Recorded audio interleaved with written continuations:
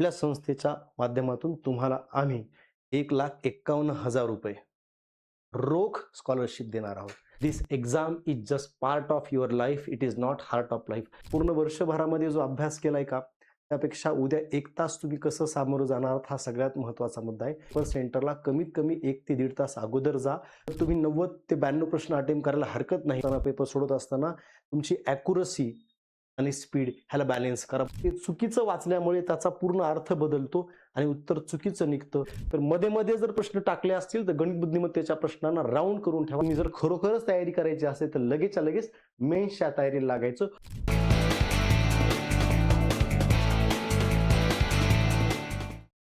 नमस्कार मित्रांनो, स्पर्धा परीक्षेची तयारी करणारे, विशेषतः गट ब गट क ची तयारी करणाऱ्या सर्व विद्यार्थी बंधू भगिनींना रिलायबल परिवाराच्या वतीनं उद्याच्या परीक्षेसाठी अत्यंत मनपूर्वक शुभेच्छा.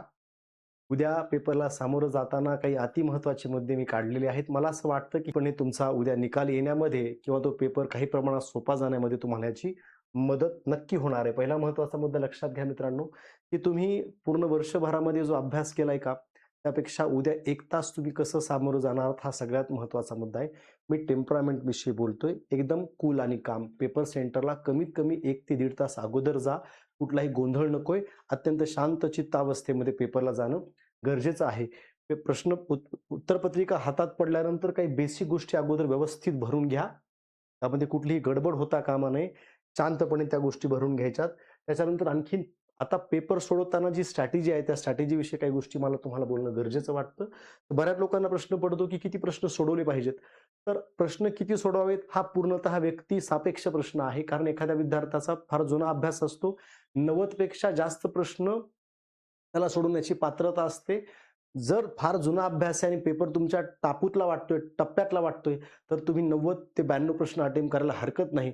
आणि जे असे विद्यार्थी जे वर्ष 2 वर्षापासून तयारी करतायत, काही प्रश्नांच्या बाबतीत कॉन्फिडन्स नाहीये, तर 85 ते 90 प्रश्न सोडवायला हरकत नाहीये.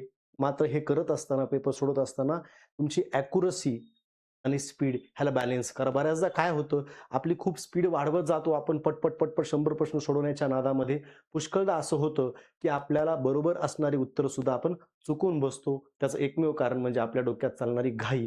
आपल्याला सगळा पेपर सोडवायचा आहे हे मान्य जरी असलं तरीही त्या ठिकाणी वाचन करणं, प्रत्येक प्रश्न फार वाचणं महत्त्वाचं आहे. त्या ठिकाणी पुढचा तितकाच महत्त्वाचा मुद्दा हाही लक्षात घेतला पाहिजे की बघा, जुन्या लोकांना त्याचा भरपूर सराव असतो, परंतु 1 किंवा 2 अटेम्प्ट झाले जे नवीन विद्यार्थी आहेत, त्या विद्यार्थ्यांच्या बाबतीत इलिमिनेशन मेथड फार महत्त्वाची. इलिमिनेशन मेथड म्हणजे काय? तुम्हाला 4 पर्याय दिलेत, 4 पैकी 2 शुअर पर्याय कटत आहेत. तर अशा प्रश्नांमध्ये ते प्रश्न अटेम्प्ट करायचे. 2 पर्याय कटल्यानंतर राहिलेल्या 2 पर्यायामध्ये तुम्ही गेस वर्कनं आन्सर काढायचे. ते सगळेच्या सगळे प्रश्न सोडवले तरी चालतील, कारण इथे आपलं उत्तर बरोबर यायची शक्यता 50% असते, चुकण्याची शक्यता 50% असते. तिथं रिस्क घ्यायला पुरतं. परंतु 4ही प्रश्नामध्ये काहीही अंदाज लागत नाहीये, गेसच करता येत नाहीये, मी वैयक्तिक असं रिकमेंड करेल तुम्हाला की ते प्रश्न तुम्ही न अटेम्प्ट केलेले कधीही चांगले आहेत. आपल्याला निगेटिव्हमध्ये फार मार्क घालून परवडणार नाही. हा एक महत्त्वाचा मुद्दा लक्षात घेतला पाहिजे मित्रांनो.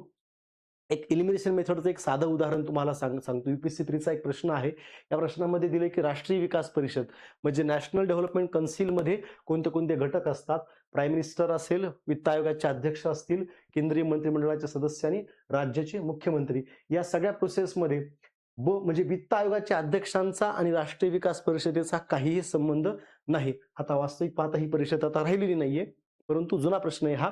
या ठिकाणी वित्त आयोगाच्या अध्यक्षांचा आणि राष्ट्रीय विकास परिषदेचा लांबपर्यंत काहीही संबंध नाहीये. म्हणजे ब हा पर्याय गॅरंटीनं चुकीचा आहे हे कळल्यानंतर ब या पर्यायात आहे, ब या पर्यायात आहे, ब या पर्यायात आहे.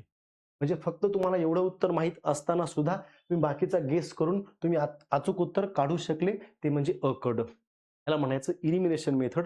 असे 8 ते 10 प्रश्न कमीत कमी हमखास कटतात. हे लक्षात घ्या. पेपर कसाही असला तरी 8 ते 10 प्रश्न कटतात आपले. म्हणजे 8 ते 10 प्रश्नाची मध्ये आपण इलिमिनेशन मेथड वापरू शकतो खात्रीशीर. यामुळे मार्क वाढायला आपल्याला नक्कीच मदत होते. आणखी एक महत्त्वाची गोष्ट, प्रत्येक प्रश्न अत्यंत काळजीपूर्वक वाचा. कारण त्या प्रश्नांमध्ये बघा, योग्य आहे, योग्य नाही, अयोग्य नाही, बरोबर नाही, बरोबर आहे, असे शब्द दिलेले असतात. तर त्या ठिकाणी एखादा विद्यार्थी काय करतो, नाहीचं आहे वाचतो, आहेचं नाही वाचतो.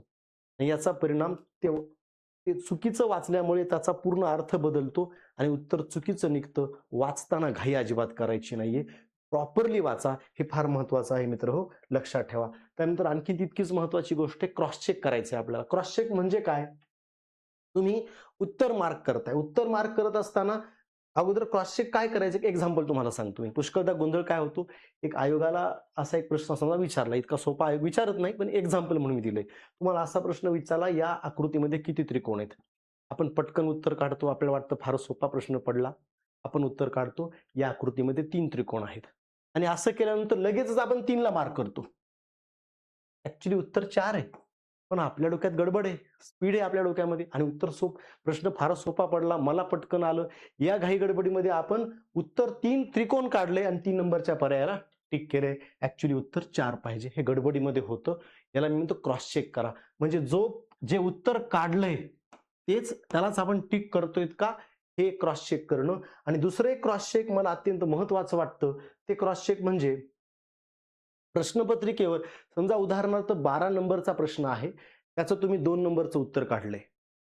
उत्तरपत्रिकेवर सुद्धा म्हणजे OMR शीटवर सुद्धा 12 नंबरच्या प्रश्नाला 2 ला टिक करतोयत का, 2 लाच टिक करतोयत का, क्रॉस चेक करा. कधी कधी काय होतं, 12चं उत्तर 2 काढलंय, ते 13 ला 2 करून टाकतो आपण. आणि ह्याच्यामुळे पुढचे 3-4 प्रश्न चुकू शकतात, सिरीज चुकू शकते. असेही आमचे भूतकाळातले काही विद्यार्थ्यांची उदाहरणं आहेत. त्याच्यामुळे प्रश्नपत्रिकेतला प्रश्न क्रमांक, उत्तरपत्रिकेतला प्रश्न क्रमांक, प्रश्नपत्रिकेतल्या प्रश्नाचा उत्तर क्रमांक, पर्याय क्रमांक आणि उत्तरपत्रिकेतल्या पर्यायाचा पर्याय क्रमांक हे बरोबर मॅच करा. हा फार महत्त्वाचा मुद्दा आहे. मागच्या वर्षी आणि त्याच्या अगोदरच्या अटीमध्ये आम्हाला असे अनेक विद्यार्थी आढळले की क्रॉस चेक केलं नाही आणि काही सिरीज चुकून बसले, प्रश्न चुकून बसले, उत्तर येत असताना मार्क घालवलेले आहेत. हा तितकाच महत्त्वाचा मुद्दा आपण लक्षात घेतला पाहिजे मित्रांनो. त्यानंतर सरासरी स्ट्रॅटेजीमध्ये अपेक्षित असं आहे कंबाईन गट ब गट क च्या बाबतीत की 80 प्रश्न तुम्हाला जीएसचे आहेत, 40 मिनिटात होणं अपेक्षित आहे. म्हणजे एका प्रश्नाला तुम्हाला 30 सेकंद आहेत. तुम्हाला जास्त थांबता येणं शक्य नाहीये. दुसरा महत्त्वाचा मुद्दा म्हणजे राहिले जे 20 मिनिटं आहेत, हे 20 मिनिटं अंकगणित बुद्धिमत्तेला तुम्हाला द्यावे लागणार आहेत. आता हे लक्षात घ्या की 20 मिनिटापेक्षा जास्त वेळ जर तुम्ही अंकगणित बुद्धिमत्तेला देत बसले तर धोका हा होतो की जीएसचे सोपे सोपे प्रश्न राहून जातात शेवटी असं आम्हाला मागच्या अनेक विद्यार्थ्यांच्या बाबतीत आढळलंय. त्याच्यामुळे हे तुम्ही क्लिअर कट डिमार्केशन करून घ्या. मला 40 मार्क जीएसला द्यायचेत आणि 20 मिनिटं अंकगणित बुद्धिमत्तेला द्यायचे. हे क्लिअर कट डिमार्केशन असलं पाहिजे. त्याच्यामध्ये एक स्ट्रॅटेजी आजच डिसाईड करून ठेवा, तुम्हाला अगोदर अंकगणित बुद्धिमत्ता घ्यायचंय का जीएस घ्यायचंय, ही स्ट्रॅटेजी आज डिसाईड झाली पाहिजे. तुम्ही अगोदरच्या तुमच्या सराव पेपरमध्ये जी स्ट्रॅटेजी कंटिन्यू केली ती स्ट्रॅटेजी कंटिन्यू करा, तिथं नवीन बदल करू नका. असं होऊ शकतं की जीएस मध्येच मध्ये गणित बुद्धिमत्तेचे प्रश्न टाकलेत, तर त्या ठिकाणी तुम्हाला जर गणित बुद्धिमत्ता शेवटीच करायचं असेल तर मध्ये जर प्रश्न टाकले असतील तर गणित बुद्धिमत्तेच्या प्रश्नांना राऊंड करून ठेवा, सर्कल करून ठेवा, म्हणजे तुमच्या लक्षात येईल की कोणते कोणते गणित बुद्धिमत्तेचे प्रश्न आपले सोडवायचे राहिलेले आहेत. हे एक त्या ठिकाणी महत्त्वाचा मुद्दा लक्षात घेतला पाहिजे. आणि शेवटच्या क्षणापर्यंत 100व्या प्रश्नापर्यंत मला प्रश्न सोडवायचे. माझं टेम्परामेंट, माझी मानसिकता मला स्थिर ठेवायची. एक वाक्य लक्षात ठेवा मित्रांनो, ही परीक्षा म्हणजे तुमच्या आयुष्याची शेवटची परीक्षा नाहीये.